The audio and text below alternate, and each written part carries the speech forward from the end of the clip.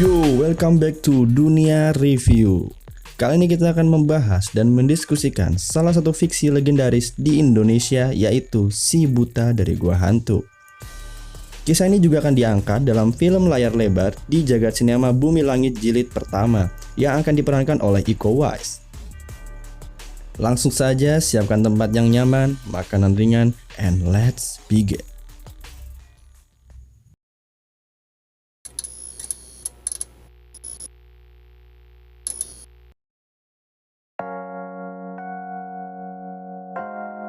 Si Buta dari Gua Hantu adalah karakter utama dalam serial cerita silat yang diciptakan oleh komikus Ganesh TH dari Indonesia pada tahun 1960-an. Komik ini pertama kali terbit pada tahun 1967 dan dicetak ulang pada tahun 2005. Komik ini adalah salah satu komik silat pertama karya komikus Indonesia yang telah mempopulerkan cerita silat khas Nusantara. Komik ini begitu populer sehingga diadaptasi menjadi sebuah film layar lebar bergenre film laga pada tahun 1970 dengan judul yang sama, Si Buta dari Gua Hantu. Dalam kilasan sejarah budaya pop Indonesia, pernah ada suatu masa saat komik bikinan komikus lokal merajai pasar dalam negeri. Pada 1970-an, setelah lewat masa rintisan oleh angkatan Raden Ahmad Kosasih dan Taguan Harjo, komikus lokal berjaya di negeri sendiri. Mereka bahkan cukup mengimbangi komik dari Amerika. Pada masa itu, komik Indonesia dikuasai 3 genre, silat, wirawan adidaya, dan roman remaja. Di genre roman remaja ada nama Zadi Armendaris dan Sim yang jadi dedengkotnya.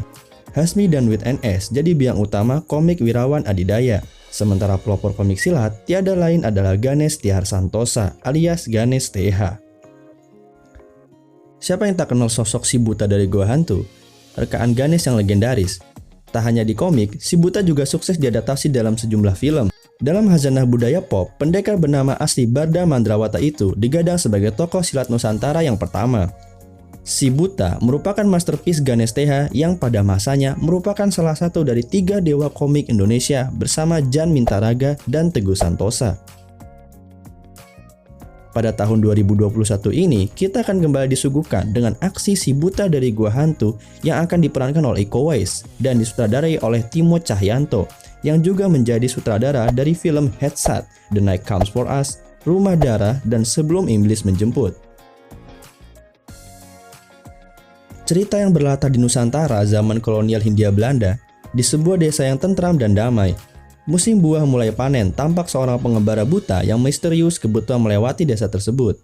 Ketika Marni Dewiyanti dan ayahnya yang sedang beristirahat di sawah untuk makan siang, tiba-tiba mereka diusik oleh seorang pengembara buta yang tanpa alasan yang jelas langsung mengganggu mereka. Berakhir dengan tragedi terbunuhnya 2 orang ini, Marni dan ayahnya. Berselang setelahnya, saat penduduk yang kebetulan lewat di lokasi pembunuhan melihat sosok Marni dan ayahnya yang sudah meninggal, penduduk tersebut sempat mengejar si pembunuh dan terjadilah pertarungan yang tidak seimbang. Penduduk yang jumlahnya lebih banyak akhirnya terbunuh. Tinggal 1 orang yang sengaja dibiarkan hidup untuk dititipi pesan oleh orang buta itu.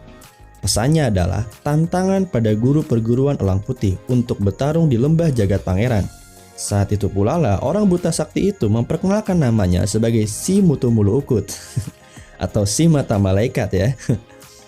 Perguruan Elang Putih adalah milik Paksi Satri Indrawata, ayah dari Barda Mandrawata, kekasih Marni Indrawanti yang terbunuh oleh Si Mata Malaikat. Jadi sampeankah si Paksi Sakti Indrawatara yang kesohor itu? Tidak salah. Paksi Sakti Indrawata akhirnya pun tewas dalam pertarungan di lembah Jagat Pangeran oleh Si Mata Malaikat. Atas kekecewaan tersebut dan karena sadar akan kemampuannya sendiri, Barda Mandrawata mengasingkan diri dari desanya dan melatih diri dalam pengasingan.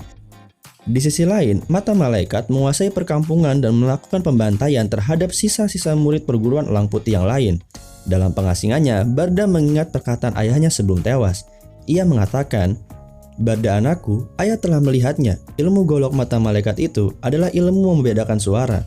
Hanya orang yang butalah yang bisa menguasai ilmu itu. Jadi, sebelum ente bisa memecahkan rahasia ilmu itu, janganlah ente melawannya, karena melawannya sama saja mengantarkan nyawa." Ingat, Barda, Ilmu mata malaikat adalah ilmu membedakan suara. Ilmu membedakan suara. Aku tidak mengerti, Ayah. Tekunlah kau berlatih. Bila kau sudah dapat membedakan suara antara desir angin dan getaran kepak sayap lebah, barulah kau berhasil. Desir angin dan getaran kepak sayap lebah. Cobalah Barda, lakukan. Tapi kau harus melakukan sesuatu, Barda, yang sulit dilakukan oleh orang yang merasa dirinya waras.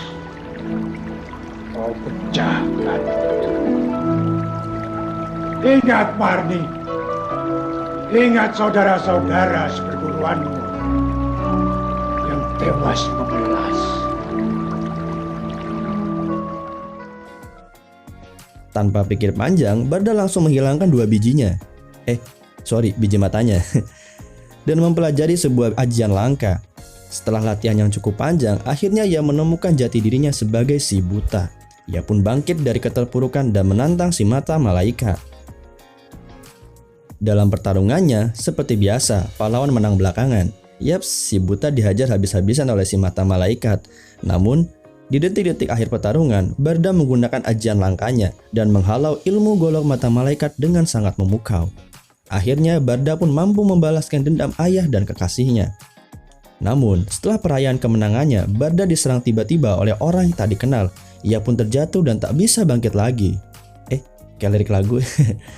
Dalam gua misterius itu, ia menemukan sebuah ajian silat dari tulisan-tulisan yang ada di batu, yang telah terukir oleh orang-orang yang sudah mati di gua tersebut. Setelah menguasainya, Barda pun keluar dari gua tersebut dengan wujud yang sangat ikonik seperti yang kita kenal sekarang. Pakaiannya yang terbuat dari sisik ular yang ia bunuh di gua itu dan monyet kesayangannya yang bernama Riko. Wanara. Dari sinilah ia dikenal sebagai si buta dari gua hantu. Ternyata setelah ia keluar dari gua tersebut, ia masih diharapkan dengan kenyataan pahit.